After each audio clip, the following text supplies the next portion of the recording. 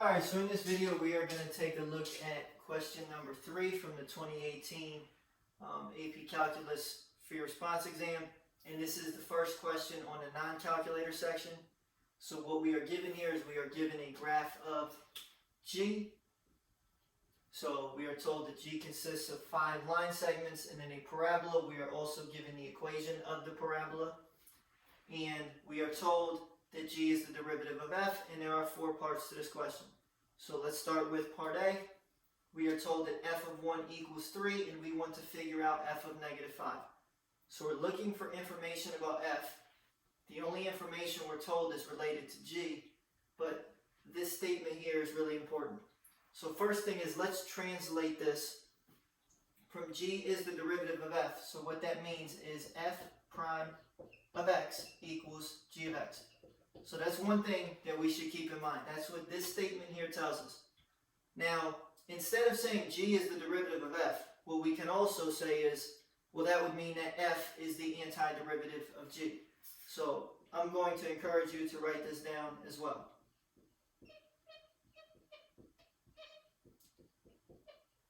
So again, if G is the derivative of f, that would mean logically then that f is the antiderivative of G. Hopefully that makes sense.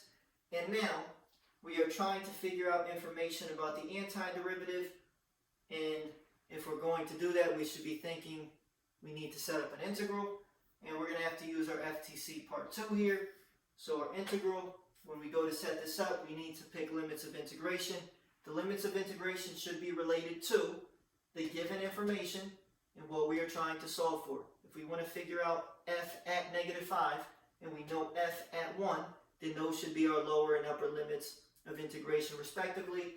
Again, we are putting the negative 5 as the lower limit and the 1 as the upper limit because, again, that way we won't have to rearrange anything as far as integral properties so long as the lower limit is on the bottom. Alright, so here is our integral, and we know that when we evaluate an integral, that's equal to the antiderivative evaluated at the upper limit of integration. Well, the antiderivative of G is f, so that would be f of 1 minus the antiderivative evaluated at the lower limit, so that would be f of negative 5. So if we can get this far, then we should have a good chance of answering the question. We are asked about f of negative 5. Here's our equation. So if we rearrange this by just simply bringing this term over here, subtracting the integral to the other side, what we get is we get f of negative 5 equals f of 1 minus integral negative 5 to 1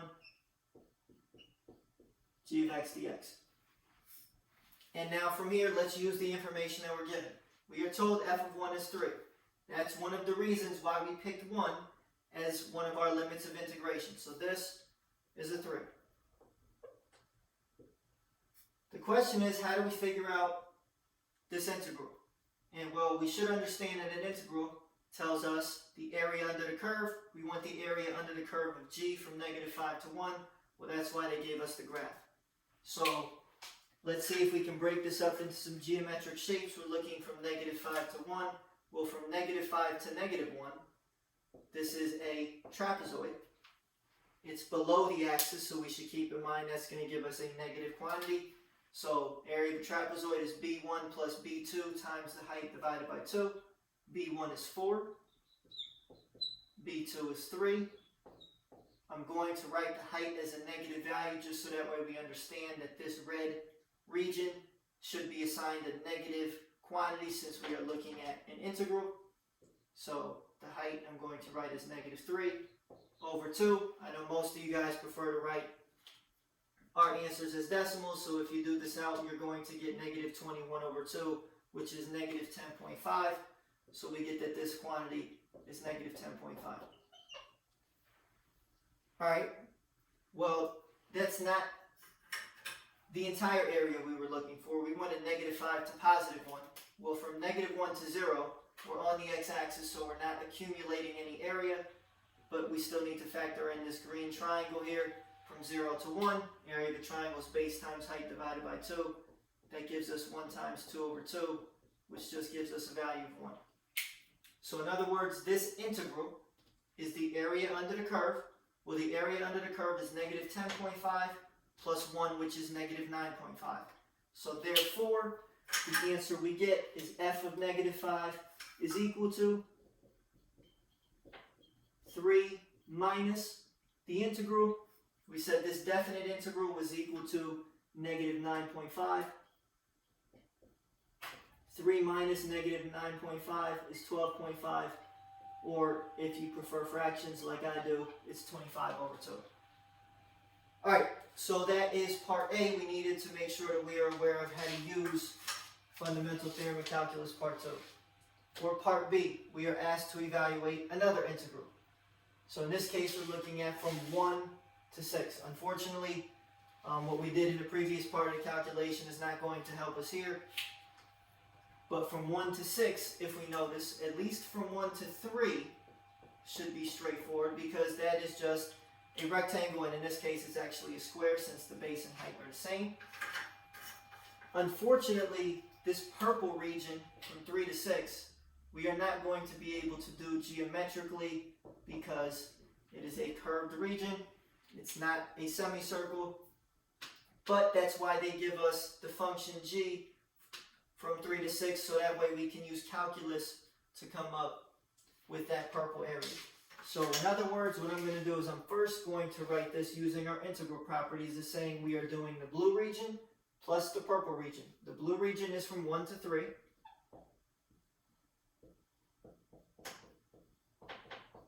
The purple region is from 3 to 6. So first thing is, we used our integral properties to understand that there are two different quantities we need to calculate. So I'm going to color code this. So this first integral would be the area of this blue region, which we said, or which we will calculate in a moment. And then this is going to be a little more involved to figure out the area of this purple region. So the blue part is very easy. Like we said, base times height just gives us 2 times 2, which is 4. So we know that this quantity is 4. We need to figure out this quantity here. So let's go ahead and do that, and then we are going to add these two answers together at the end, and that will give us our integral from 1 to 6. So 3 to 6 of g of x dx, we know what this function is. It's given by 2 times x minus 4 squared. First thing I'm going to encourage you to do is to pull out the 2 using our integral properties. Let's pull it out front. You're then going to have to expand this out. X minus 4 squared is not x squared plus 16. There are middle terms that we are forgetting. So it's x squared minus 8x plus 16. Hopefully we remember how to distribute. And now from here we just do our antiderivatives. So since this is a definite integral, we don't need to put the plus c because we understand the plus c is going to cancel out. So I'm not going to write it. So what we get here is 2 times, what's our antiderivatives? We go 1 by 1. Power rule, x squared would give us x cubed over 3. Next one, 8x gives us 8x squared over 2, which is going to simplify to give us 4x squared. Last one is going to give us 16x. We are evaluating this from 3 to 6. So let's distribute the 2 to everything so we don't forget to do that. So we get this becomes 2x cubed over 3 minus 8x squared plus 32x. From 3 to 6, you plug in the upper limit, you subtract off what you get when you plug in the lower limit. We're going to get this becomes 2 times 6 cubed. Again, this is a non-calculator section.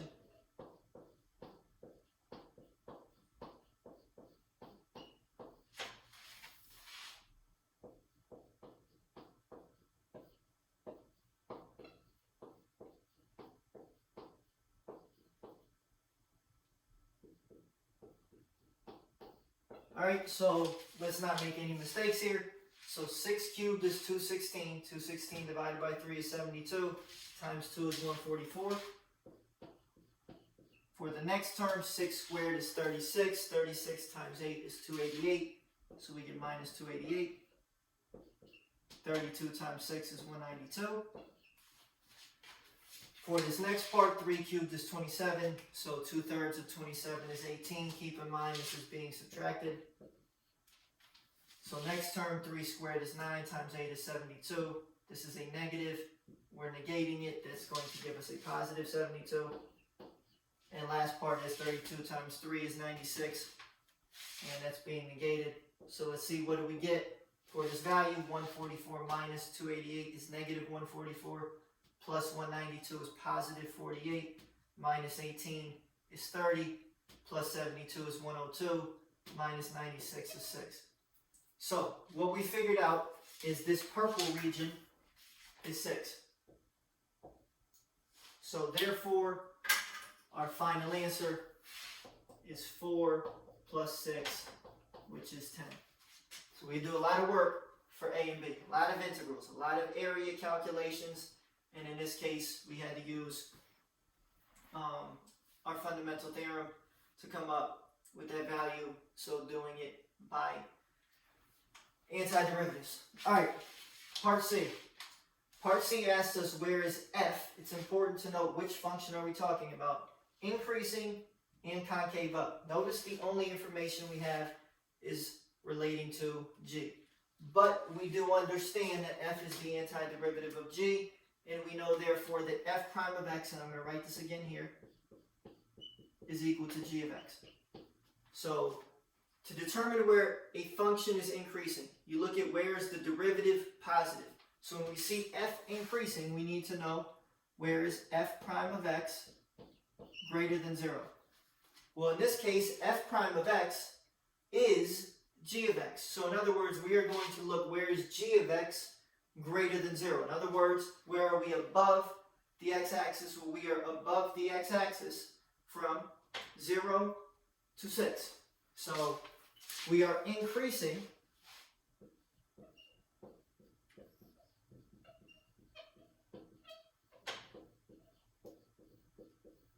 from 0 to 6 because we have positive values for our derivative.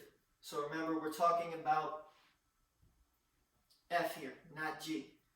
All right, next part, where is f concave up? So to determine concavity, we look at the second derivative. Well, the second derivative of f would be the first derivative of g. So we want to know where is a concave up. We are looking for where is f double prime greater than 0, but f double prime is equal to g prime. So in other words, we are looking for where do we have positive slope. Well, we have positive slope from -2 to -1.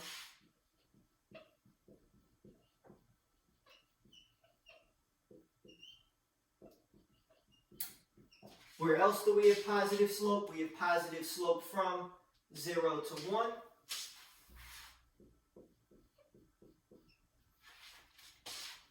And we have positive slope from 4 to 6. So this is where we're concave up. This is where we're increasing. The question says, where are we both concave up and increasing? So where is the overlap? This one goes from 0 to 6. This is not going to be part of our answer. Unfortunately, when we go to do this, we now need to compare the two. So we're going to get at where are we concave up and increasing. So it's just going to be from 0 to 1 and 4 to 6. Because again, we're looking for the overlap between these two. We had to cut out the interval from 2 to 3 because from 2 to 3 we are not concave up. So although we are increasing, we aren't concave up from 2 to 3, which is why we had to remove that from our answer. So this is the solution that we should come up with for part C. So again, that just was based on the fact that number 1, we understand the relationship between f and g, and number 2, we understand concavity is second derivative, increase, decrease is related to the sign of the first derivative. All right, last question. So inflection points of f. So to find inflection points, there has to be a change in concavity. So in other words, we need to know where are we going from concave up to concave down or vice versa. So let's look at the concavity of f. Where are we concave up? and we actually just listed this out. We were concave up from -2 to -1, from 0 to 1, and from 4 to 6, where we concave down.